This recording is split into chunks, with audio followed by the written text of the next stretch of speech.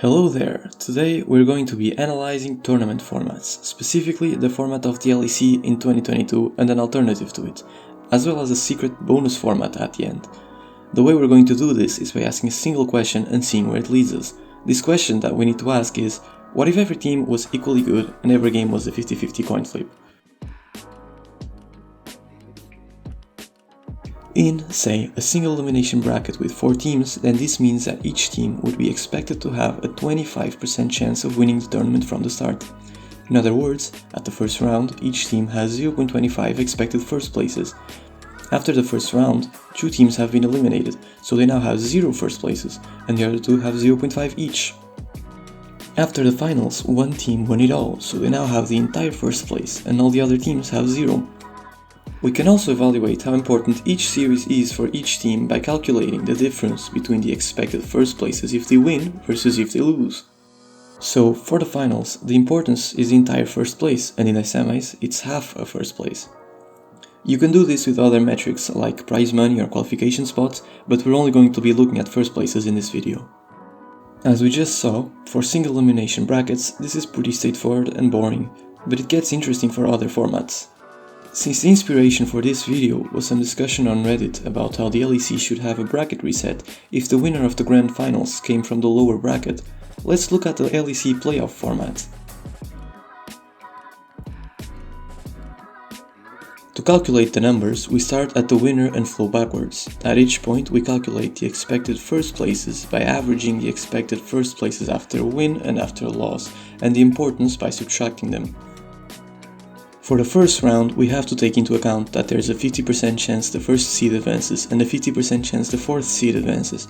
This matters because who makes it to each round depends on the seeds of the teams that lost. Let me just replace the fractions with the actual numbers. Okay, now let's look at the numbers. The first thing to notice is that being in the first few rounds of the lower bracket is really bad, so placing 4th in the round robin is way better than placing 5th. That said, placing 5th is still better than not being subscribed, so make sure you press the subscribe button to avoid ending up like Astralis. In general, the lower bracket is not a good place to be. Even making it to the lower bracket finals only puts you as close to winning the first place as the first seed had at the start of the playoffs. It's also noteworthy that the second most important series isn't the upper bracket finals, but rather the lower bracket finals. In fact, the upper bracket finals isn't even the third or the fourth most important series. It's tied for 5th with the lower bracket semifinals. This is the downside of not having a bracket reset. If you look at this from G2's perspective, the importance of their series were 0.25, 0.25, and then 1 all of a sudden. There's no ramp up, just a sudden wall. They get 2 kind of important series, then a super important one. Only the lower bracket has any kind of ramp up. The upper bracket actually falls off between the semifinals and the finals for all teams other than the first seed, and only if the first seed wins. But now let's look at the alternative. Here's the same format, but with a bracket reset if the lower bracket winner wins the grand finals. Notice how the importance of the first grand finals is only 0.5, whereas before it was 1. This is because the difference between winning and losing isn't first place or elimination for either team. The upper bracket winner doesn't face elimination, and the lower bracket winner doesn't stand to win it all yet. The only series with full importance is a repeated grand finals, but it's not even guaranteed to happen. Another issue with this format is now the upper bracket finals have an importance of 0.625, which is more than the first and potentially only grand finals. Beyond that, the lower bracket, which was already very far away from the trophy, is now twice as far, so the lower bracket matters even less than it did before, and the difference between the 4th and the 5th seed is even larger. In fact, if you think about it, this isn't much different from only having 4 teams in playoffs with a single elimination bracket. The 3 series of the upper bracket have a combined 1.41 importance, whereas the 4 series in the lower bracket have a combined importance of 0.47. Without the bracket resets, the importances of the upper bracket and lower bracket series were 0.81 and 0.94 respectively. This makes the lower bracket much more interesting to watch, since it's not just a bunch of nearly useless games. So having a bracket reset only really makes things worse actually. But the format as is does have the issues with importance ramping, like we saw earlier. The best alternative I can see is giving the upper bracket winners an advantage in the grand finals. This is already done to some extent, since they are given side selection for the first game, but that's not really much. Maybe they could be given a free win in the grand finals, but that would make the finals very quick if they go undefeated. Another option is giving them a free win but making the grand finals best of 7 instead of best of 5. The obvious downside being that there could be a maximum of 6 games instead of 5, and 5 games already makes for very long finals.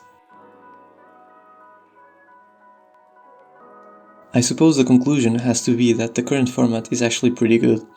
A bracket reset would just make it worse, even if it was feasible to have potentially 2 grand finals, and giving them a free win in the grand finals would risk making the finals either too short or too long. I guess whoever came up with the current format knew what they were doing, huh? And now the bonus format, the LEC 2023 format. This is the format as it is shown on Leaguepedia. It's an alright visualization, since the format is split into 2 parts, but it obscures how similar it is to the previous format. This is the same format, but rearranged to fit in one bracket.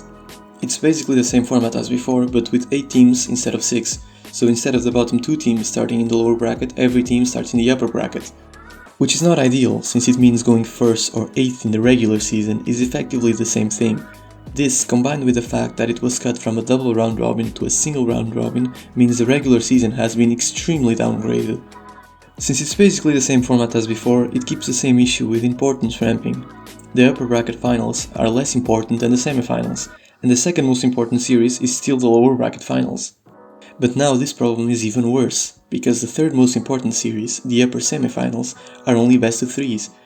So whoever wins the upper bracket plays series that zigzag in importance, and the second most important series they play is a best of 3. The issue of the lower bracket having a bunch of pretty useless games is also still there, since in spite of the most useless series changing to best of 3, there are now twice as many of them. All in all, this seems like a pretty significant downgrade to me. The regular season is useless, we get more useless games in the playoffs, the upper winners somehow have worse importance ramping, and 2 of the most important series are best of 3s. I get that changing to 3 splits would necessarily reduce the quality of each split, but this is more disappointing than I had expected. Maybe the season finals can make up for the lackluster splits, but I'm not keeping my hopes up. Anyway, thanks for watching till the end. At the end of every video I tell viewers a secret word to include in a comment to let me know they watched till the end. So far we've been doing fruits, but this time I'm going for a curveball and choosing a vegetable. Carrot. Make sure you include the word carrot in a comment. Also, I have news on the Nyla video that I've been mentioning for like a month now. It was getting too long and too boring, so I decided to instead make videos about the different approaches I use for figuring out builds and showcasing them with Nyla instead. With that said, I don't think I have anything else to talk about, so remember to like, subscribe and click the notification bell to catch my next videos. And if you want to see more content like this right now, I'll put up a card on the screen to another video of mine.